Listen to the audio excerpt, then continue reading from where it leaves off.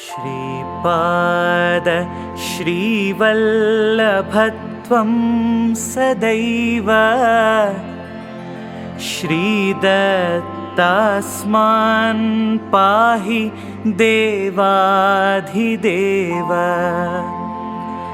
भावग्राह्य क्लेशहारिं सुकीर्ते घोरात् कष्टात् उद्धरास्मान् नमस्ते। त्वं नो माता त्वं पिता प्तोऽधिपस्त्वं त्राता योग क्षेमकृत् सद्गुरुस्त्वं त्वं सर्वस्वं नो प्रभो विश्वमूर्ते घोरात् कष्टात् उद्धरास्मान् नमस्ते। पापं तापं व्याधिमादिं च दैन्यं भीतिं क्लेशं त्वं हराशुत्वदन्यम् त्रातारन्नो वीक्ष ईशास्त्रजूर्ते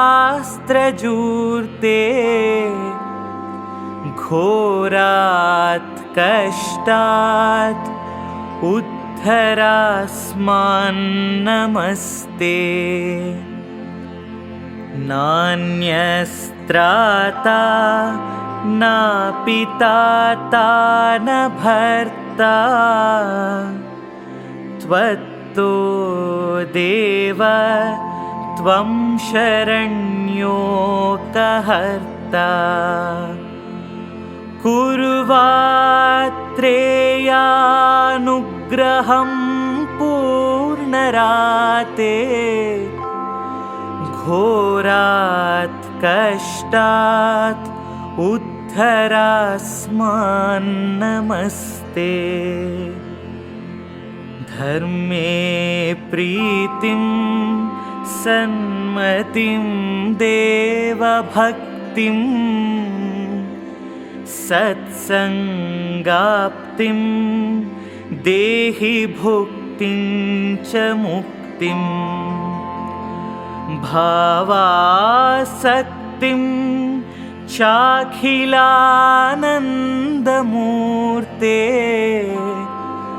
घोरात् कष्टात् उद्धरास्मान् नमस्ते। श्लोकपञ्चकमेतद्यो लोकमङ्गलवर्धनम् प्रपठेन्नियतो भक्त्या श्रीदत्तप्रियो भवेत् श्रीदत्तप्रियो भवेत् श्रीदत्तप्रियो भवेत् श्रीदत्तप्रियो भवेत्। श्रीपादराजं शरणं प्रपद्ये। Shripad Shrivallabh Charitamritam chapter 47, bringing his parents and other dependents peculiarly from Sri Pithikapuram to Panchadeva pahad. Sri Sreepada weighs, measures dharma karmas and gives to anyone. In the darbar, that is the royal court of Sri Sreepada Srivallabha, plenty of sumptuous meals were served. It was a wonder that the quantity of heaps of food never exhausted in spite of being served on a large scale. Remaining rice, curries, and other food items were thrown into Krishna river on the instructions of that great Lord. The prasada of Sri Sreepada was handed to the creatures in water. Sri Sreepada said to Sri Bapanarya, "Grandfather, you transmitted power from the solar region into Sri Shaila. All the sages performed Savitrakaataka chayanam in Pithikapuram during Treta Yuga, praying eagerly for my incarnation. I incarnated, keeping up my word. You declare with a ringing of bell that the form of Brahma cannot be assessed by word or mind, and that there is no impossibilities for Lord Datta. I can stretch time and space. I can shrink them. My will shall be done. Nothing can deter it. When felt necessary, I can join both sky and earth. All the orbs in the sky are like balls in my hands. Bapanarya, I granted you grace when you were born as Labhada Maharshi, as Nanda, and as Bhaskaracharya. Now when you came as Bapannavadhani, I came as Sri Sreepada Srivallabha. There was nothing to wonder about it." Then Painda Venkatappaya Shreshthi said, "Golden Kannaya, for you everything is very ordinary, but for us everything is extraordinary and is horrible and tingling like electric thrill." Sripada remarked, "Grandfather, I am a very skillful shroff. I correctly give what is due to each one after measuring and weighing carefully according to their dharma karmas, that is, justified actions. A small ray emanating from me becomes a great yogi or a great siddha. This earth cannot endure even that small ray. You cannot bear with the small quantity of kundalini given to you. Therefore, I conceal myself in Maya. If I feel necessary, I can exhibit any extraordinary miracle. There is no load which I cannot lift. There is no problem which I cannot solve. There are no boons which I cannot offer. There is no work which I cannot perform. The intention of bringing you from Pithikapuram in this way is to make you aware that I am Datta." Narasimhavarma said like this, "You are the only Kshatriya protecting all people.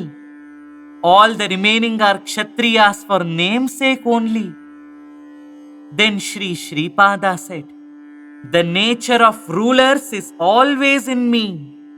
I am commanding you to take birth in Maharashtra under the name of Shivaji Maharaja and protect Sanatana Dharma." Then Sri Narasimhavarma hailed, "Victory! Victory to Sri Sreepada Sarvabhauma!" Srimati Ammajamma said this, "My dear one, Golden Kanna, we are very much hoping to see your marriage with our own eyes. I want to see that your marriage is celebrated with all pomp. I want to decorate you with the auspicious marriage mark and see you as the bridegroom." Then Sri Sreepada said, "Grandmother, definitely let it be so. I will be born as Kalki incarnation in Shambhala village and marry Anagha Lakshmi, born as Padmavati in Ceylon, for the sake of the weal of the world. For that, there is still time. I will surely fulfill your wish. Note that the time when a new Ayyappa will not visit Shabarimala, it is the end of Kali Yuga. I, who incarnated as Dharma Shastra, should not violate my word. Is it not? You have to necessarily wait for some time. The sportive play of the unseen puller of strings in the delusive Dharma. Srimati Venkata Subbamamba said, Kannaya, many days passed since you tasted milk, curd, cream and butter. I want to feed you with my hands. Then Sri Sreepada said, Ammamma, surely you feed me. I am very much tired. I know that you are bringing milk, curd, cream and butter with you. Will they not get spoilt in a journey of so many days? I became a prisoner to the affection and love of all of you and brought you here in a strange method so that those items will not spoil. Ammamma, please see how much trouble I endured. Is it an ordinary thing for a single person to drag 18 horse carriages over a distance of many miles? All my body is aching. See how my hands develop blisters. Then they examined the hands of Sri Sreepada and were astonished. The hands of Sri Charana really developed blisters. Venkata Subbamamba applied cream to his hands. Hot water fermentation was also done. Where is the end to the sportive pastimes of the director of the drama of delusion or deception? Rajamamba said, Golden Kanna, I brought your favorite halwa in your silver casket. Come near, my dear. I will feed you with my hands. All the three grandmothers together fed Sri Sreepada with that halwa. That halwa did not exhaust even though it was drawn out many a time. Sri Sreepada conducted this diversion for a very long time. Sri Sreepada questioned, Maybe there is lot of love for me on the part of three grandmothers. If I alone eat so much halwa, will not I become sick? Is this act approved by Dharma? After questioning like that, he fed halwa with his own hands to his brothers, sisters and their husbands. There was one cultivator named Venkaya among those visitors. Sri Sreepada gave datta dikshas in his house only. He gave halwa with his hands to Venkaya and instructed him to give halwa to the carriage drivers and to the horses. He presented that silver casket to Venkaya. Appalaraja Sharma prayed, My dear son, my golden one, if we committed any offenses not knowing that you are Lord Datta, pray pardon us. Sripada said, Father, I am your son. Is the son to pardon a father? What a perversity! You have to shower the nectar of affection on me, who is your son. You have constantly wished for my progress. Shri Venkavadhani and his wife were weeping bitterly. Then Shri Sreepada said, Uncle, our relationship is permanent. I am not a nephew for you alone. Everyone who is born in your family can regard me as his nephew. I will regale you with my divine leelas. You can satisfy all your longings at the time of Kalki incarnation by treating Padmavati Devi as your daughter. Grief overwhelmed Sumati Maharani. It became unbearable for her that her wish to decorate him with the auspicious Kalyanam, that is the marriage mark, and see him as a bridegroom was not satisfied. On the other hand, her son was seen as a sage and was indifferent to the pleasures of senses. All this was unbearable to her. Then Sri Sreepada came near to his mother and gave assurance, saying, "Mother, you are not different from Mother Anasuya to me. I will definitely fulfill your wishes in the incarnation of Kalki. Mother, I became so great only because I was born from your womb. I was nourished with the ambrosia of your affection. Mother, have you noticed what Vasavi has done?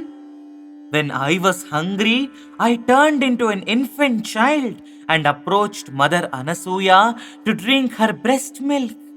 But Vasavi drank all that milk. That devil of a sister warned me. Brother, you go to Mother Sumati and drink that milk. If you delay, I will drink that milk also." Sripada asked Sumati Maharani what to do. Saying these words, he at once turned into a small baby. Lying on the hard ground, he was seeing at his mother with pitiful looks. Then sorrow overwhelmed Sumati Maharani. She held the baby in her hands and gave breast milk. She called, "Daughter, Vasavi." A small female baby aged few months appeared on the floor. Both of the children drank the breast milk from either side. All the grief of Mother Sumati shattered. Venkayya said, "A small submission to the Sri Mahaguru. This Darbar place and the adjoining large land where this Divya Leela took place should become famous in the whole universe." Sri Sreepada spoke thus, "In future, my Darbar will be constructed as a permanent building. Cows will also be there in it. I will demonstrate many miracles of mine in that." This is an experience which I witnessed with my very eyes. Whatever I wrote here is true in respect of every letter. All guests there fell into a sort of sleeping intoxication. In a short while, there was none in the Darbar except myself, Sannyasi and Sri Sreepada. I was worried as to what happened to all others. I had a doubt whether they became victims to devilish witchcraft. Sri Sreepada said, "No conjuring of demons work in my presence. I returned all the guests safely to Pithikapuram. YADBHAAVAM TADBHAVATI. I will redeem those in the same bhava in which they adore me. This is my vow."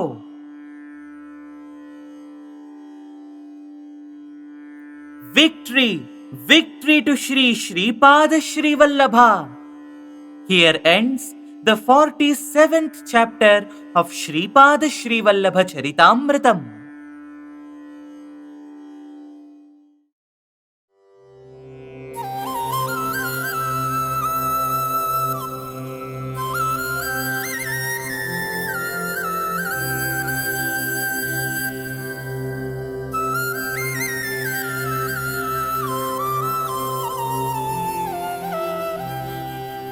ಭಜನೆಯ ಮಾಡೋ ದತ್ತ ಗುರುವಿನ,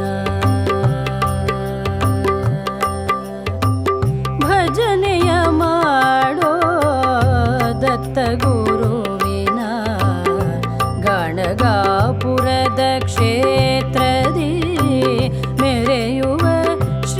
ನರಸಿಂಹನ ಮೂರ್ತಿ ಅನುದಿನ ಭಜನೆಯ ಮಾಡೋ ದತ್ತ ಗುರುವಿನ ಗಾಣಗಾಪುರದ ಕ್ಷೇತ್ರದಿ ಮೆರೆಯುವ ಶ್ರೀ ನರಸಿಂಹನ ಮೂರ್ತಿ ಅನುದಿನ ಭಜನೆಯ ಮಾಡೋ ದತ್ತ ಗುರುವಿನ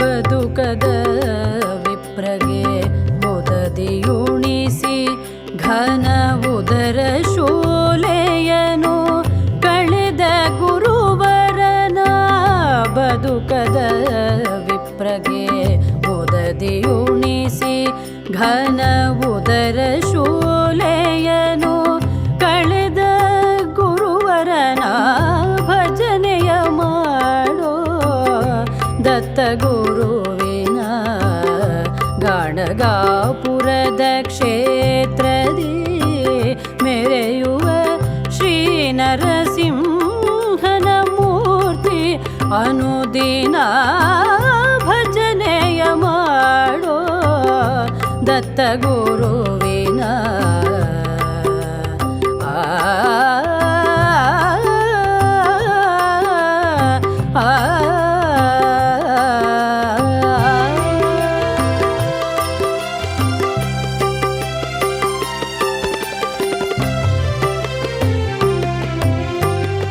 ತರುಣಿ ಪರಾನವ ನಿರುತದಿ ಬಯಸಲು ಮುದದಿಯು ಚೇಷ್ಟವ ತೋರಿದ ಗುರುಗಳ ತರುಣಿ ಪರಾನವ ನಿರುತದಿ ಬಯಸಲು ಮುದದಿಯು ಚೇಷ್ಟವ ತೋರಿದ ಗುರುಗಳ 8 ಶಿಷ್ಯರ ಚಿಂತೆಯ ಕಳೆಯಲು 8 ಶಿಷ್ಯರ ಚಿಂತೆಯ ಕಳೆಯಲು ಸಂತನು ತೋರಿದ 8 ರೂಪವ 8 ಶಿಷ್ಯರ ಚಿಂತೆಯ ಕಳೆಯಲು ಸಂತನು ತೋರಿದ 8 ರೂಪವ ಭಜನೆಯ ಮಾಡೋ ದತ್ತ ಗುರುವಿನ ಗಾಣಗಾಪುರದ ಕ್ಷೇತ್ರದಿ ಮೆರೆಯುವ ಶ್ರೀ ನರಸಿಂಹನ ಮೂರ್ತಿ ಅನುದಿನ ಭಜನೆಯ ಮಾಡೋ ಭಜನೆಯ ಮಾಡೋ ಭಜನೆಯ